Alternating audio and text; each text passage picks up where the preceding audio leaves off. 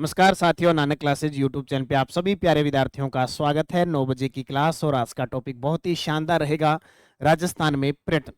राजस्थान में पर्यटन, और जब भी रंगीलो राजस्थान है और पर्यटन की बात आए तो राजस्थान अछूता नहीं रह सकता, क्योंकि पर्यटन की दृष्टि से ओवरऑल और कैटेगरी में देखें तो राजस्थान को खूब सारे हर साल अवार्ड मिलते हैं। राजस्थान में इमारतें, दुर्ग, ऐसी चीजें हैं कि मन मोह ले लेते हैं। खास करके जैसलमेर अभी वर्तमान में पीक टाइम पे है, उदयपुर है, जयपुर है ना।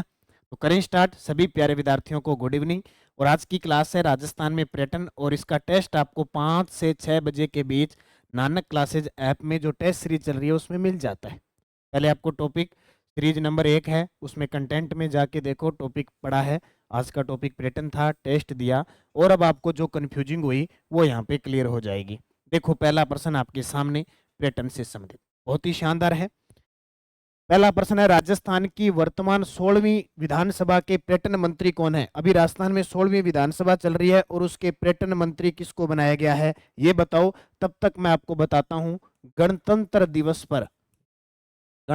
दिवस पर राजस्थान की झांकी, राजस्थान की झांकी कौन सी दर्शाई गई थी? पर्यटन। जो झांकी थी वो थी पर्यटन। पर्यटन यानी पधारो हमारे देश, पधारो हमारे देश, ठीक नहीं? ये थी ना। हमारा स्लोगन क्या है? पधारो हमारे देश। 2019 से वापस चेंज हो गया। पहले क्या था? पिछली सरकार थी, भाजपा की थी, उसमें था जाने क्या दिख जाए। फिर 2019 में गहलोत सरकार आई, उसने पधारो हमारे देश स्लोगन वापस कर दिया। तो गणतंत्र दिवस पर राजस्थान की झांकी थी पर्यटन। एक प्रश्न तो ये बन गया। कब? गणतंत्र दिवस 2024 के अंदर। और राष्ट्रपति, फ्रांस के राष्ट्रपति एमेनुएल मैक्रो यहाँ आए थे। अब आपके सामने 16वीं विधानसभा चल रही है, उसमें पर्यटन मंत्री कौन है? दिया कुमारी। पर्यटन मंत्री कौन है? दिया कुमारी। देखो, दिया कुमारी उप मुख्यमंत्री भी है, उप मुख्यमंत्री भी है, प्लस वित्त मंत्री भी है। इन्होंने बजट पेश किया था, ये भी हमने पूरा लेखानुदान अंतरिम बजट पढ़ लिया। तो पहला प्रश्न क्लियर हो गया, किसी के दिक्कत? इस 16वीं विधानसभा में वर्तमान में मंत्रिपरिषद में 2 ही महिला शामिल है, एक दिया कुमारी और एक मंजू बागमार, जो राज्य महिला व बाल विकास मंत्री है। इनके पास महिला व बाल विकास का पद भी है, महिला व बाल विकास, बाल विकास। क्लियर हो गया, कोई किंतु परंतु नहीं है इसमें। गजय सिंह राजपुरोहित को पलकती प्रीत के लिए अब की बार 2023 का राजस्थानी साहित्य अकादमी पुरस्कार, केंद्रीय साहित्य अकादमी पुरस्कार राजस्थानी भाषा में दिया गया। डॉक्टर प्रेमचंद बैरवा उप मुख्यमंत्री हैं, उच्च शिक्षा तकनीकी शिक्षा मंत्री है, आयुर्वेद मंत्री है, सड़क व परिवहन सुरक्षा मंत्री है। क्लियर सारी चीजें। राजस्थान में पर्यटन को उद्योग का दर्जा देने की सिफारिश 1989 में किस समिति ने की थी? राजस्थान में पर्यटन को उद्योग का दर्जा देने की सिफारिश 1989 में किस समिति ने की थी? देखो, जो प्रश्न एग्जाम में आने के लायक है उसी के अकॉर्डिंग आपको ये टेस्ट मिलता है और व्याख्या मिलती है, और ऐसे ही प्रश्न घुमा फिरा के वापस आते हैं। तो किसकी सिफारिश थी? मोहम्मद यूनिस समिति की सिफारिश पर 1989 में पर्यटन को उद्योग का दर्जा दिया था, और ऐसा करने वाला राजस्थान देश का पहला राज्य। पर्यटन को निर्धूम उद्योग का दर्जा, पर्यटन को निर्धूम उद्योग का दर्जा दिया किस वर्ष? 1989 के अंदर, 1989 के अंदर। एक और ध्यान रखना, राजस्थान में पर्यटन को जन उद्योग का दर्जा कब दिया गया? पर्यटन को जन उद्योग का दर्जा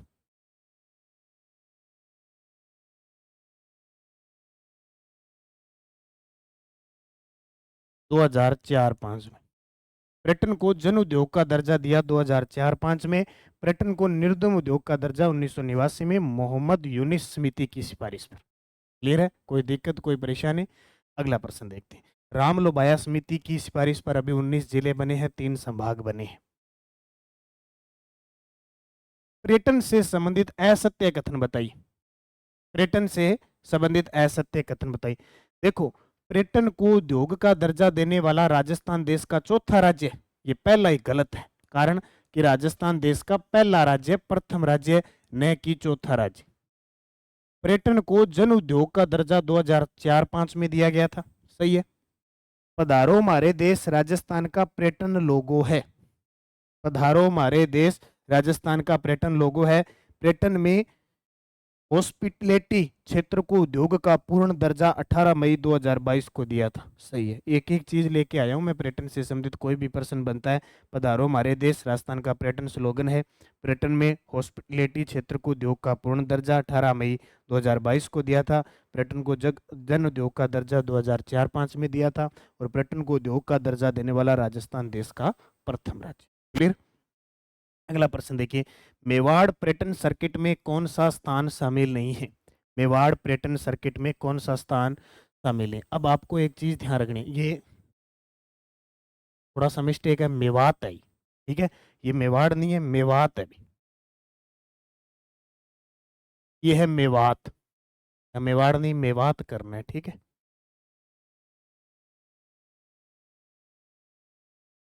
मेवात।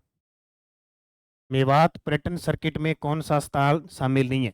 देखो, पांडुपोल है, पिजारा है, भरतरी है, केरला नहीं। ये केरला कहाँ पे है? पाली में। केरला कहाँ पे है? पाली के अंदर। अब मैं आपको, कितने मरु सर्किट है? 10 मरु सर्किट टोटल, मरु सर्किट सॉरी 10 पर्यटन सर्किट है। 10 पर्यटन सर्किट। अब दो तीन चीजें बताता हूँ। मेवात पर्यटन सर्किट में सिर्फ और सिर्फ आता है अलवर जिला, केवल अलवर जिला आता है, केवल अलवर।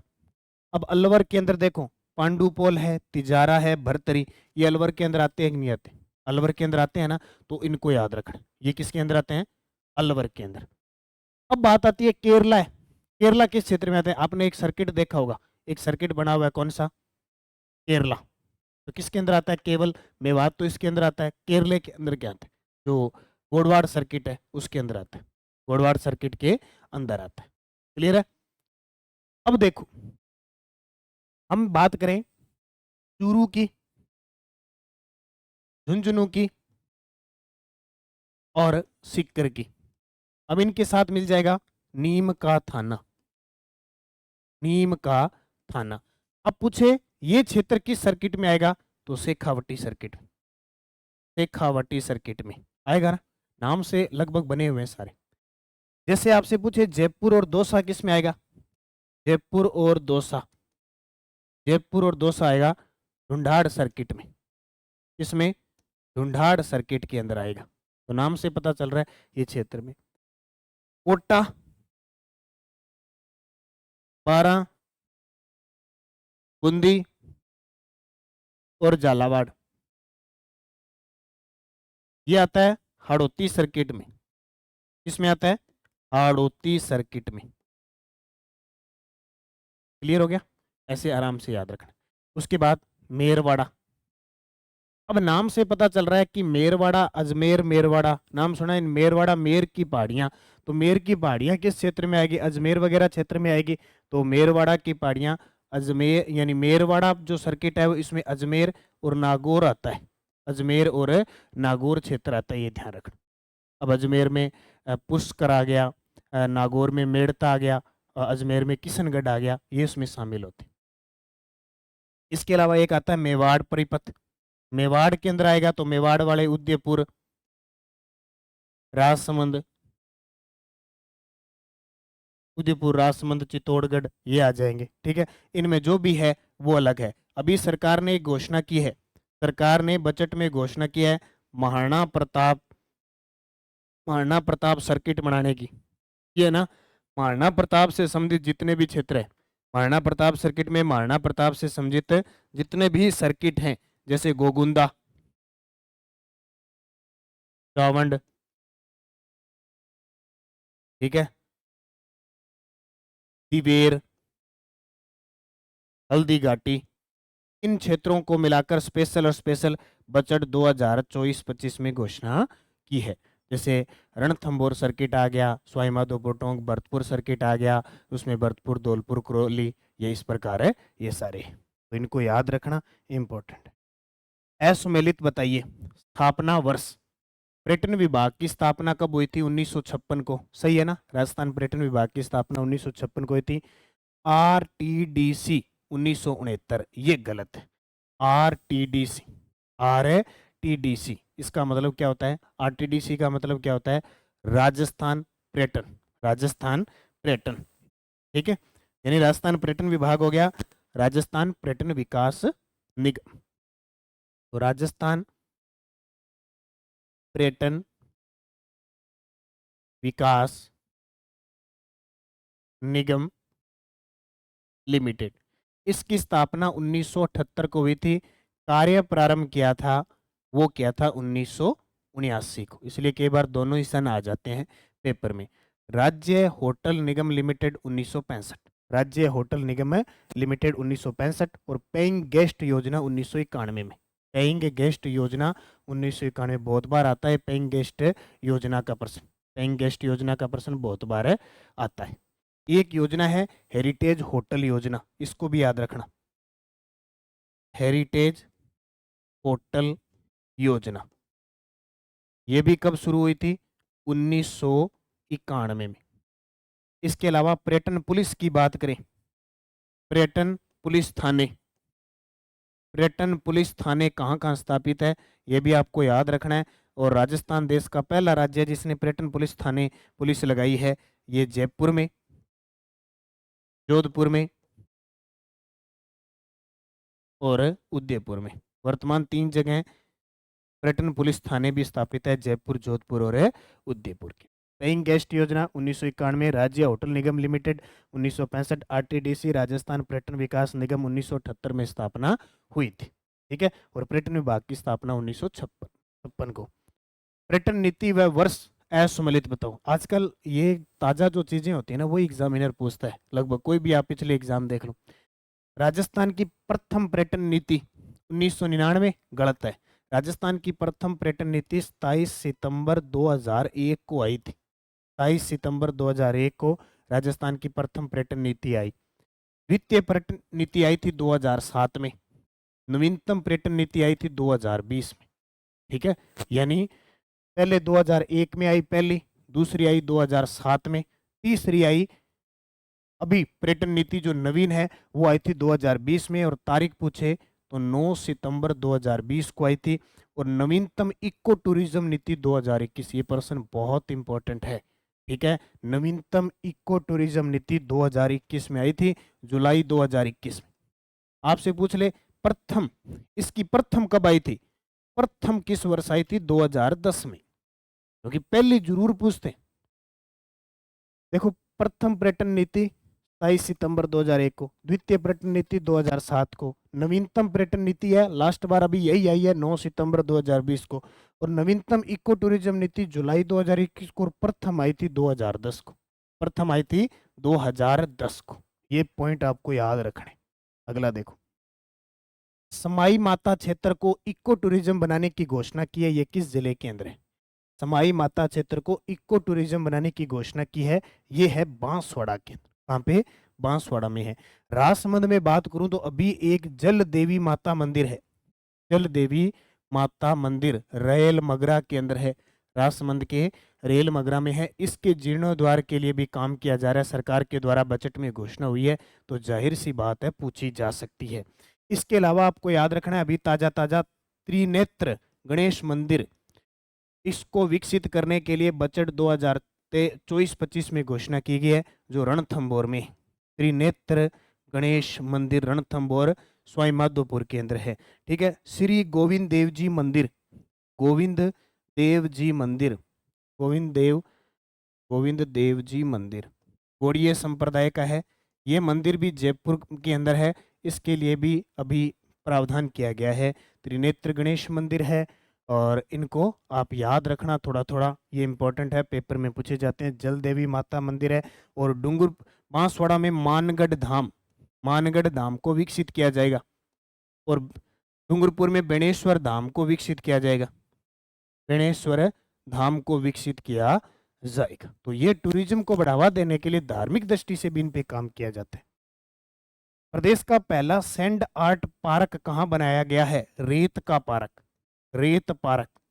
देश का यानी प्रदेश का पहला सैंड आर्ट पार्क कहाँ बनाया गया है? रेत का पार्क बनाया गया है अजमेर में, अजमेर के पुष्कर में इसको बनाया जाएगा। ठीक है। जयपुर ग्रामीण में मैं आपको बता देता हूँ, किशन बाग डेजर्ट पार्क है, किशन बाग डेजर्ट डेजर्ट पार्क, ठीक है, ये भी चर्चा में रहा। जयपुर के अंदर पीकॉक पार्क है, पीकॉक गार्डन, ठीक है, पीकॉक गार्डन भी जयपुर के अंदर है। इसके अलावा खेरथल तिजारा में, खेरथल तिजारा में पुष्प पार्क है, पुष्प पार्क, ये पुष्प पार्क है, खुसखेड़ा के अंदर है, खुसखेड़ा के अंदर है। इसके अलावा खेरथल में निमराना के अंदर, निमराना में जापानी पार्क है, जापानी पार्क। और इसी गिलोट, खेरथल के गिलोट में दक्ष कोरियाई पार्क है, कोरियाई पार्क विकसित किए जा रहे हैं, ये ध्यान रखना। कोरियाई पार्क गिलोट में, निमराना में जापानी पार्क, पुष्प पार्क खुसखेड़ा के अंदर, ये खेरथल तिजारा में। कोटा में बात करें तो अभी ताजा ताजा मंजूरी मिली है स्नेक पार्क की, स्नेक पार्क, कोटा में मंजूरी किसकी मिली है? Snake park. इसके अलावा प्रेस पार्क, इसके अलावा ऑक्सोजोन पार्क, ठीक है। बोन बैंक, बोन बैंक यानी हड्डियों का बैंक। दूसरा प्लाज्मा बैंक, पहला जयपुर में, दूसरा प्लाज्मा बैंक, पहला जयपुर में। दूसरा मसाला पार्क, पहला जोधपुर में, मसाला पार्क। सबसे बड़ा घंटा, सबसे बड़ी, अब तो बड़ा एक घंटा ही बनेगा, चंबल घंटा। ये सारी चीजें कहाँ पे है? कोटा के अंदर है। और एक अभेड़ा पार्क, अभेड़ा पार्क जो राजस्थान का चौथा जैविक उद्यान है, ठीक है। Kettle free city, kettle free city, ये सारी की सारी कोटा के अंदर है। क्या क्या? स्नेक पार्क, स्ट्रेस पार्क, ऑक्सोजोन पार्क, बोन बैंक, दूसरा प्लाज्मा बैंक, दूसरा मसाला पार्क, सबसे बड़ा घंटाघर, अभेड़ा पार्क जैविक उद्यान, केटल फ्री। इसके अलावा चंबल साहित्य घाट, चंबल साहित्य घाट, ये सारे के सारे कहाँ पे है? कोटा के अंदर स्थित है, ठीक है। इनको याद रखना। और ये मैंने लगभग आपको बता ही दिए, सारी चीजें इंपॉर्टेंट है। इसके अलावा आपसे पूछे बर्ड पार्क, बर्ड पार्क पूछे तो आपका उत्तर हो जाएगा बर्ड पार्क मीनार उदयपुर में, ये गुलाब बाग उदयपुर में, गुलाब बाग उदयपुर, गुलाब बाग उदयपुर के अंदर है, ठीक है। चलो आगे, सारी चीजें समझ में आ गई। ऐसे याद कर रहे हैं इन चीजों को, ताकि कभी भी पेपर में कभी प्रश्न आ जाए, बार बार इनको याद रहे। और जब भी जैसे मैंने लिखा है ऐसे आपके दिमाग में भी सेट बैठना चाहिए। बाकी करंट में जब भी आता है इन सबको मैं बताता हूँ लगभग। पैलेस ऑन व्हील्स किस वर्ष प्रारंभ की गई? अभी जूनियर अकाउंटेंट के पेपर में प्रश्न आया है, कल मैं बताना भूल गया था इस प्रश्न को। पैलेस ऑन व्हील्स किस वर्ष प्रारंभ की गई? जनवरी 1982 को प्रारंभ की गई थी। एक शाही रेलगाड़ी है, शाही लोग इसमें यात्रा करते हैं, शाही रेलगाड़ी है। यात्रा करने का मतलब कर तो अपने भी सकते हैं, लेकिन इसका किराया 20 लाख, 25 लाख, 10 लाख, 15 लाख ऐसे है। ये चलती कहाँ से है? ये दिल्ली से चलती है। अभी कहाँ से? दिल्ली से चलती है, अपने राजस्थान के अंदर लगभग 6-7 जिलों में बहती चलती है, ठीक है। दिल्ली से अंदर आएगी अलवर, जयपुर, ऐसे करके खूब सारी। अब ये अयोध्या तक जाएगी, अयोध्या। कहाँ तक? पहले ये आगरा में जाती थी, आगरा तक। अब ये अयोध्या में भी जाएगी, राम मंदिर बन गया ना वहाँ पे। क्या हो गया? कोरोना काल था ना, क्या था? कोरोना काल था तो ये बंद कर दी इसको। कोरोना काल में इसको क्या कर दी थी? बंद कर दी थी 2020 में, बंद 2020 में इसको बंद कर दी। और पुनः प्रारंभ इसको 2022 में कर दी, पुनः प्रारंभ की 2022 के अंदर, बंद कर दी 2020 में, पुनः प्रारंभ की इसको 2020 में। इसको चला कौन कौन रहा है? पैलेस ऑन व्हील्स को भारतीय रेलवे और आरटीडीसी चला रही है। भारतीय रेलवे प्लस आरटीडीसी इसका संचालन करती है, आरटीडीसी इसका संचालन करती है, ठीक है। कौन सी? Palace on wheels. और अभी ताजा प्रश्न आया, एग्जामिनर इसको पूछ सकते हैं। रोपवे तथा जिले से संबंधित असत्य कथन बताओ। रोपवे तथा जिले से संबंधित असत्य कथन बताना है। देखो, प्रथम रोपवे सुंदा माता मंदिर जालोर में था। बिल्कुल सही है, ये सबसे पहले 2006 में शुरू हुआ था। प्रथम रोपवे 2006 में शुरू हुआ था। लगभग 800 मीटर है ये और 2006 में शुरू। अब याद रखना भी, एग्जाम इनर ऐसे पर्सन आपसे पूछता है, और ये जो मैं आपको चीजें बता रहा हूँ ढंग से पढ़ लेना, हर बार रोपवे का प्रश्न पेपर में आता है। द्वितीय रोपवे सावित्री माता मंदिर अजमेर, द्वितीय रोपवे सावित्री माता अजमेर, ये गलत है। कारण क्या है कि द्वितीय रोपवे जो है वो है इच्छापूर्ण करणी माता मंदिर में लगा है, और ये लगा हुआ है उदयपुर के अंदर। दूसरा है ये, जबकि सावित्री माता अजमेर है वो तीसरा है। सावित्री माता अजमेर है वो तीसरा। देखो ये इच्छापूर्ण वाला ये 2008 में शुरू हुआ था। पहला 2006 में, दूसरा 2008 में, और ये जो तीसरा है सावित्री माता वाला तीसरा है ये 2016 में शुरू हुआ था। 2016 में शुरू हुआ था। और चौथा कौन सा है? चौथा रोपवे है सामोद हनुमान जी का मंदिर जयपुर ग्रामीण में। सामोद हनुमान जी का मंदिर है जयपुर ग्रामीण में। पहला 2006 में, दूसरा 2008 में, तीसरा 2016 में, और चौथा 2019 में चला था। ये किस वर्ष चला? 2019 में चला था। और पांचवा रह गया। पांचवा कौन सा था? पांचवा अभी ताजा ताजा खोले के हनुमान जी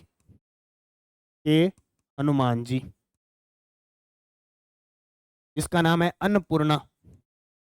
अन्नपूर्णा माता मंदिर है, वो रोपवे है। राजस्थान का पहला स्वचालित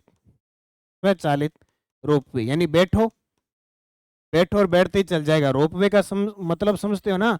पर्यटक को बढ़ावा देने के लिए पहाड़ी पर जो मंदिर बने हुए हैं ना, उन पे चढ़ने के लिए डोली लगाई जाए यहाँ। ठीक है, जी हाँ, मंदिर है यहाँ डोली लगाई जाए यहाँ चढ़ने खातर। बुजुर्गों के लिए होता था पहले तो, अब तो जवान है वही बुजुर्ग बने वो पहले चढ़ते हैं। लेकिन पर्यटन को, धार्मिक पर्यटन के क्षेत्र में ये काम के होते हैं, क्योंकि भाग दौड़ बड़ी जिंदगी है। अपने ये सोचते हैं ना फटाफट जाके आ जाए। या वो आपको कह दे 1000 पौड़ियाँ चढ़नी है, तो आप सोचोगे क्या 1000 चढ़नी है, 1 मिनट में रोपवे पर जाएंगे, 1000 रुपये लेंगे तो ले लेंगे। आजकल पैसा तो देखते नहीं है, आजकल टाइम की समय जितना बचता है उतना बचाने की कोशिश करते हैं। इसलिए ये रोपवे संचालित होते हैं, पर्यटक आते हैं, तुरंत चढ़ते हैं और आते हैं। और इसकी खासियत देखो, 5वें वाले की, खोले के हनुमान जी मंदिर जो अन्नपूर्णा माता मंदिर है, राजस्थान का पहला स्वचालित रेलवे है, स्वचालित रोपवे है। चढ़ो ऊपर चल जाएगा, ऊपर से चढ़ो आ जाएगा ऐसे। ठीक है, तो ये ध्यान रखना। और छठा भी 22 जनवरी 2024 को इसका उद्घाटन किया है। छठा रोपवे नीमच माता मंदिर उदयपुर गुलाबचंद कटारिया ने किया। ठीक है, इतनी चीज याद रखना है, इंपॉर्टेंट है। तो ये 5-6 चल रहे हैं, 6 के 6 मैंने आपके सामने बता दी और इनको नोट कर लेना। मचिंद गांव राजसमंद को पर्यटन केंद्र के रूप में विकसित किया गया है, यह किसकी कर्मस्थली है? मचिंद गांव राजसमंद को पर्यटन केंद्र के रूप में विकसित किया गया है, यह किसकी कर्मस्थली है? यह है झाला बिद्दा की। झाला बिद्दा कौन थे? महाराणा प्रताप का राज चिन्ह धारण किया था कौन से युद्ध में? हल्दी घाटी युद्ध में। ठीक है, जब महाराणा प्रताप और उनका घोड़ा चेतक घायल हो गया था, तब झाला बिद्दा ने, इन्हीं को झाला मन्ना भी कहते हैं, कंफ्यूज मत हुआ करो, इन्हीं को झाला मन्ना कहते हैं। झाला अज्जा ने क्या किया था? खानवा युद्ध में राणा सांगा का राज चिन्ह धारण किया।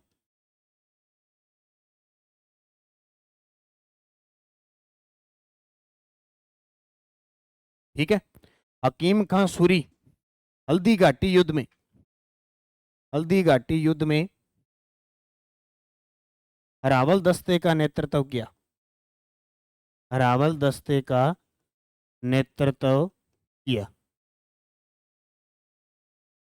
राणा चूड़ा, ये राणा चूड़ा है मेवाड़ का भीष्म पितामह।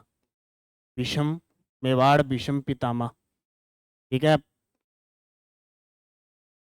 ये ध्यान रखना।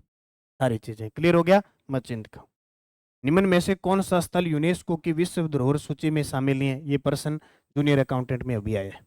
निम्न में से कौन सा स्थल यूनेस्को की विश्व धरोहर सूची में शामिल नहीं है? केवलादेव है, जंतर मंतर है, दो ही है, तो 1 और 2 इसका सही हो जाएगा। अब देखो कौन कौन से शामिल है, कल भी मैंने बताया था, अब फिर बता देता हूं। सबसे पहले 1985 में केवलादेव शामिल हुआ,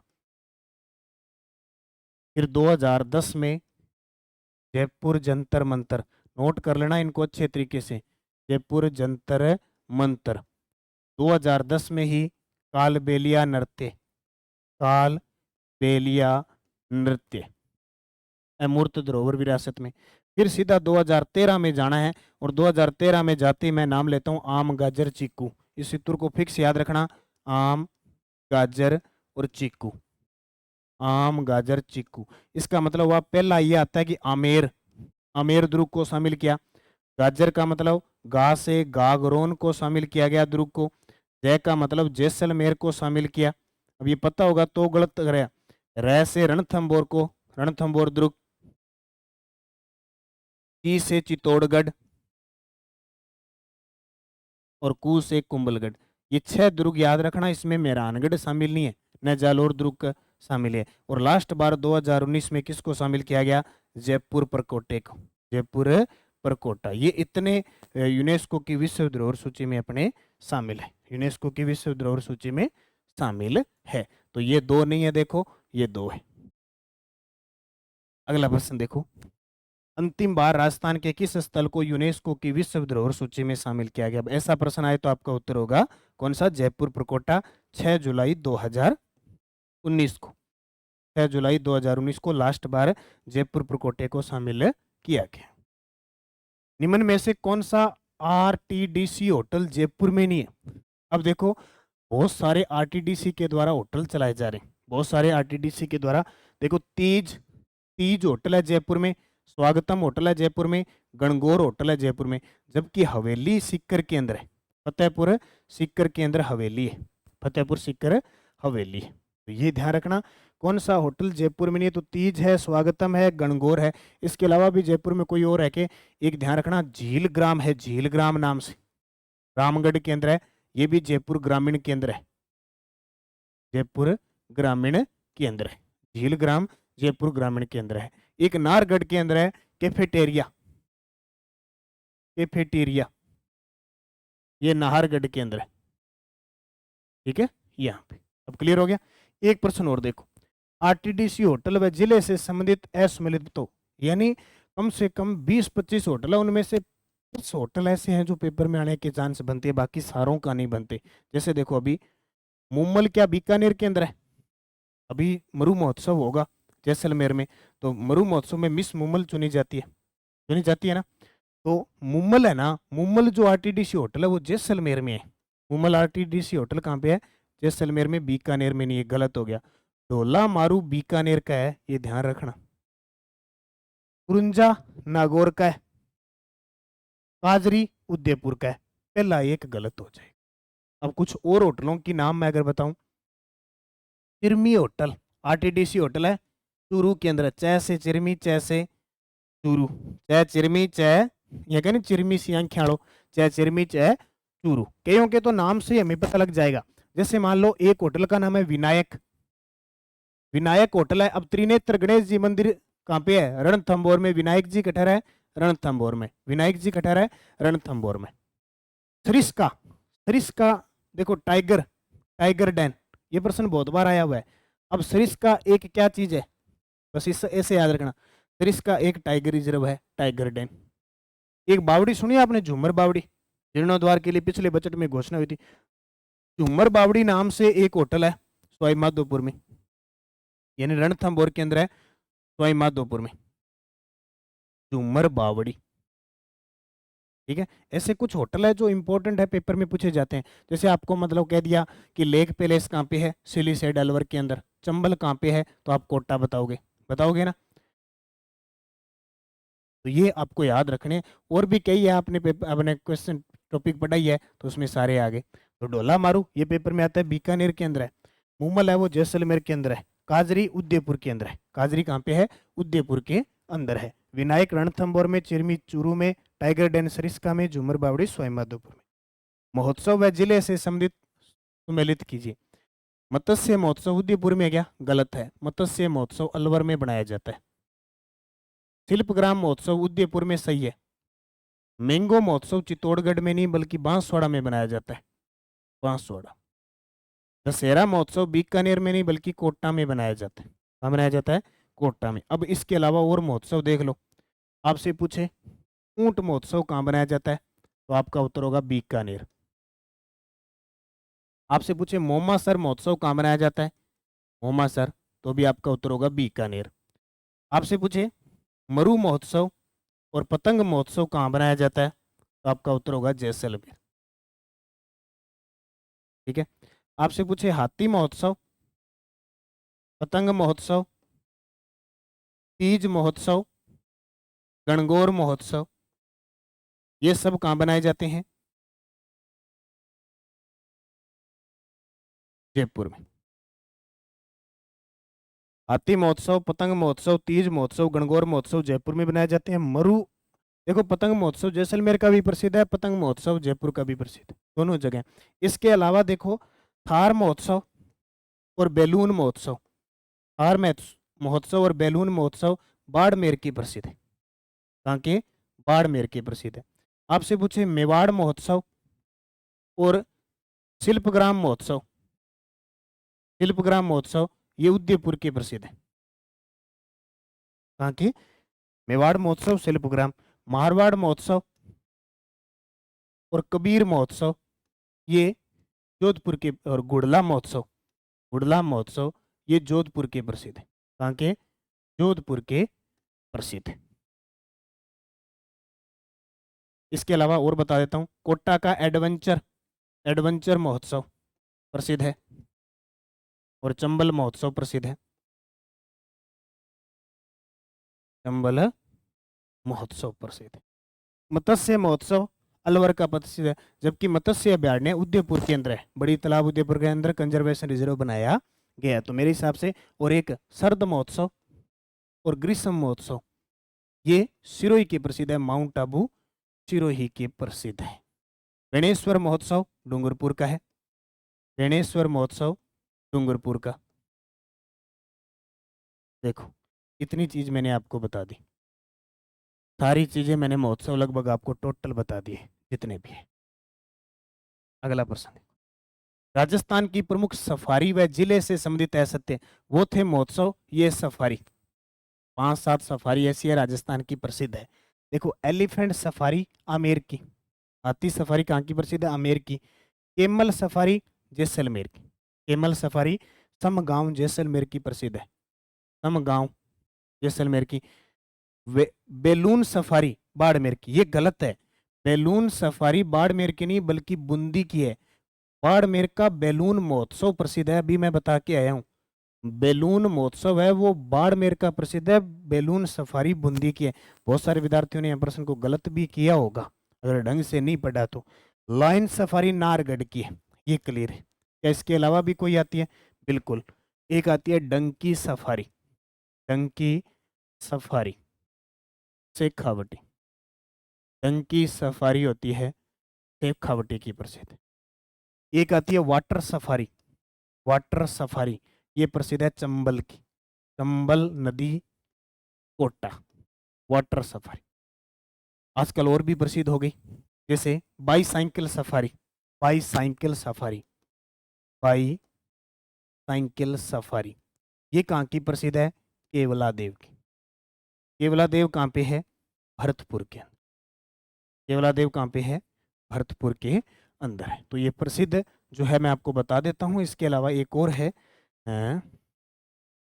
टाइगर सफारी, टाइगर सफारी कहाँ की प्रसिद्ध है, एक तो सरिस्का की प्रसिद्ध है और एक रणथंभौर की प्रसिद्ध है। टाइगर सफारी एक सरिस्का की प्रसिद्ध है और एक रणथंभौर की प्रसिद्ध है। ये इतनी आपको याद रखनी है टोटल एकदम। एक और देख लो, असव सफारी पुष्कर की प्रसिद्ध है, बस इतनी याद रखनी। Donkey Shekhawati water Chambal bicycle Keoladeo tiger Sariska Ranthambore असव पुष्कर। बैलून महोत्सव Barmer, balloon safari Bundi, lion safari Nahargarh, camel safari समगाम, एलिफेंट सफारी आमेर की। पार्क व जिले से संबंधित असत्य कथन बताओ। देखो विभूति पार्क उदयपुर के अंदर है, सही है। गांधी दर्शन म्यूजियम जयपुर सेंट्रल पार्क, ये भी सही है। स्कल्पचर पार्क जयपुर नारगढ़ के अंदर है, ये भी सही है। पीकॉक गार्डन भरतपुर, ये गलत है। पीकॉक गार्डन है जयपुर में, पीकॉक गार्डन जयपुर में, पीकॉक गार्डन जयपुर में है। स्कल्पचर पार्क मूर्ति पार्क होता है, जयपुर नारगढ़ के अंदर है। गांधी दर्शन म्यूजियम पिछली साल ही इसका उद्घाटन हुआ था, सेंट्रल पार्क जयपुर में, विभूति पार्क उदयपुर के अंदर। क्लियर है। स्वर्णिम त्रिकोण में शामिल नहीं है, स्वर्णिम त्रिकोण में देखो जयपुर शामिल है, आगरा शामिल है, दिल्ली शामिल है, उदयपुर स्वर्णिम त्रिकोण में शामिल नहीं। देखो एक होता है मरु त्रिकोण, कौन सा? मरु त्रिकोण होता है, वो तो है स्वर्णिम। यह मरु त्रिकोण, इसमें जोधपुर शामिल है, बीकानेर शामिल है, जैसलमेर शामिल है, और अब बाड़मेर को भी शामिल कर लिया। अब इसके साथ जो भी आएंगे, जैसे फलोदी आ गया वो भी शामिल होगा, बालोतरा आ गया ये भी शामिल होगा।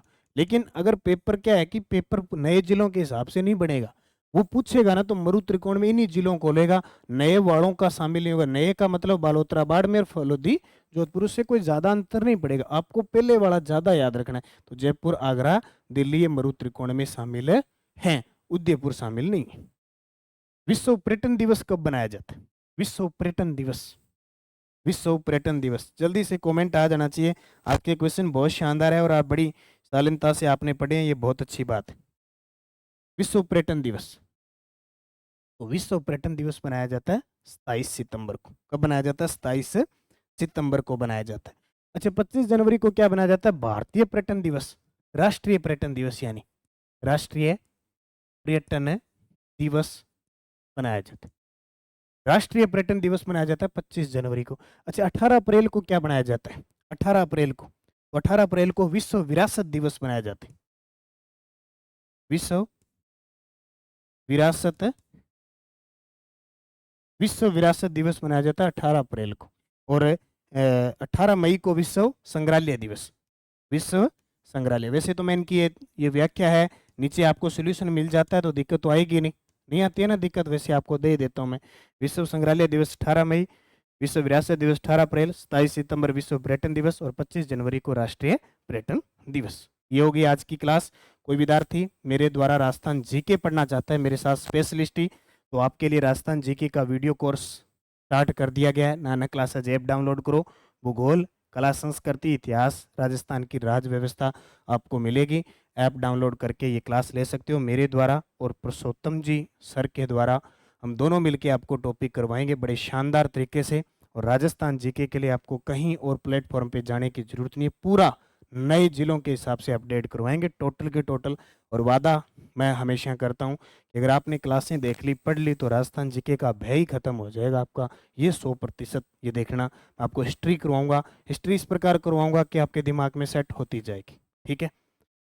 इसके अलावा ये लेवल फर्स्ट वाले विद्यार्थी तो खास करके तैयार हो जाना 150 क्वेश्चनों के लिए। अगर बनना है टीचर तो नानक क्लासेस के साथ जुड़कर 19 फरवरी से पहले क्लास स्टार्ट होने जा रही है। आपको पीडीएफ वगैरह उपलब्ध हो जाएगी। 19 फरवरी से पहले ये कोर्स ले लो और हमारे साथ जुड़ते रहो। टेस्ट, वीडियो, पीडीएफ सब हमारे साथ साथ अगर जुड़ते जाओगे तो टीचर, मैं वादा करता हूं, क्या मुझे पूरा विश्वास है कि जो मेरे साथ जुड़ के लेवल फर्स्ट में मेरे साथ जैसे मैंने कहा योजनाबद्ध तरीके से पढ़ा, उसका सिलेक्शन 100% आने वाले में घर के पास आपको नौकरी मिलेगी, इतना हो रहा है। बस कमी आपकी नहीं रहनी चाहिए। मैं स्टार्ट कर रहा हूँ, जल्दी से जुड़ जाओ और भर्ती तो 100% आनी है। और ये जो पशु परिचर वाले विद्यार्थी हैं, ब्रह्मस्त्र आ रही है अभी 5555 ऑब्जेक्टिव पुस्तक, बड़ी शानदार जानदार तरीके से पार्ट ए और पार्ट बी दोनों ही, और बड़ा गजब का कॉम्बिनेशन होगा। और आप इसको निरंतर अच्छे तरीके से, और इसका पूरा वीडियो सोल्यूशन मैं आपको यूट्यूब पे भी करवाऊंगा। तो अगले 5 दिन बाद यानी मंडे तक ये पुस्तक बाजार में उपलब्ध होनी शुरू हो जाएगी। ये पुस्तक जल्द बाजार में उपलब्ध हो रही है। और ये राजस्थान जीके की टेस्ट सीरीज, ये है वो टेस्ट सीरीज जिसका 9 बजे व्याख्या आपने सुन ली, 5 बजे इसका टेस्ट अपलोड हो जाता है, टॉपिक वाइज टेस्ट। तो निरंतर मेहनत करो, अच्छे तरीके से पढ़ो।